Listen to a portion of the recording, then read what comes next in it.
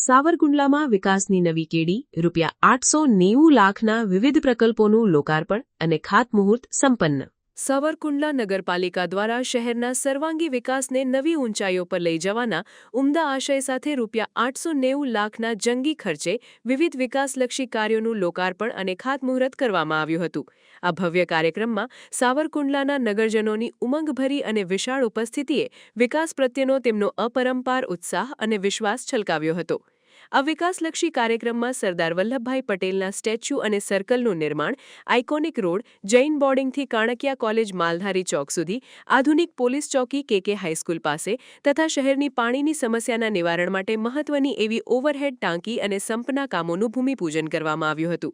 આ સાથે જ નગરની સુરક્ષા અને સુવિધામાં વધારો કરતા ફાયર વોટર બાઉઝરનું પણ લોકાર્પણ કરવામાં આવ્યું હતું। કાર્યક્રમમાં મુખ્ય અતિથિ તરીકે સાવરકુંડલા લીલિયાના લોકપ્રિય ધારાસભ્ય મહેશભાઈ કસવાલા, SP અમરેલી શ્રી સંજય ખરાત IPS તેમજ સાવરકુંડલા નગરપાલિકાના તેજસ્વી પ્રમુખ શ્રીમતી નયનાબેન કાપડિયા, ઉપપ્રમુખ શ્રીમતી નૂતનબેન તન્ના, કારોબારી ચેરમેન જિગ્નેશભાઈ ટાંક તેમજ નગરપાલિકા સદસ્યશ્રીઓની વિશેષ ઉપસ્થિતિ રહી હતી।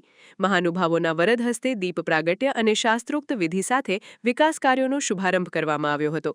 આ પ્રસંગે એક પેડ માં કે નામ અભિયાન અંતર્ગત 2000 વૃક્ષોના વાવેતરનો સરાહનીય કાર્યક્રમ પણ યોજાયો હતો, જેણે પર્યાવરણ જાળવણી અને પ્રકૃતિ પ્રેમી સાવરકુંડલાનો સંદેશ સૌ કોઈને આપ્યો હતો। આયોજક સાવરકુંડલા નગરપાલિકા દ્વારા આ સમગ્ર કાર્યક્રમને ભવ્ય અને સફળ બનાવવા માટે ખૂબ જ જહેમત ઉઠાવવામાં આવી હતી।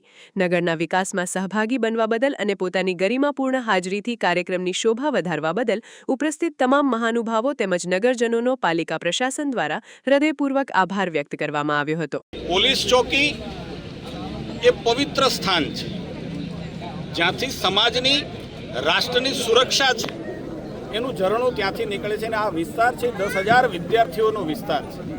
સવારથી સાંજ સુધીમાં 10,000 બાળકો આ વિસ્તારની અંદર અવરજવર કરે છે। શહેરનો ખૂબ સારો વિસ્તાર કહી શકાય એવા પ્રકારનો આ વિસ્તાર છે અને એની સુરક્ષા એ બહુ જ જરૂરી પણ છે।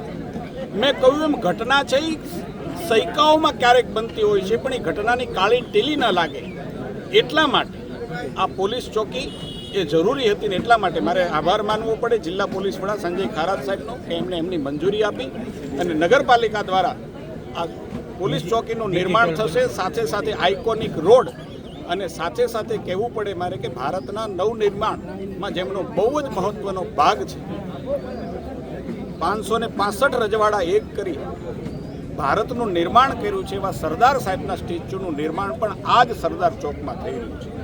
અને એટલા માટે ત્રિવિધ કાર્યક્રમ છે। વિકાસની પહેલુઓ એ સાવરકુંડલાની અંદર અનેક દ્રષ્ટિએ ચાલુ છે, પરંતુ એમ માનું છું કે આજની આ ઘડી જ્યાં પોલીસ દ્વારા સુરક્ષા સેતુ સ્વરૂપે આધુનિક પોલીસ ચોકી, ડિજિટલાઇઝ જેને કહી શકાય એવી પોલીસ ચોકી અને એની સાથે સાથે સરદાર સાહેબ જે રાષ્ટ્રનું આખાનું ધ્યાન રાખે છે એવી પ્રતિમા અહીંયા આપણે પ્રસ્થાપિત કરવા જઈ રહ્યા છે। અમારા માટે ખૂબ આનંદનો છે।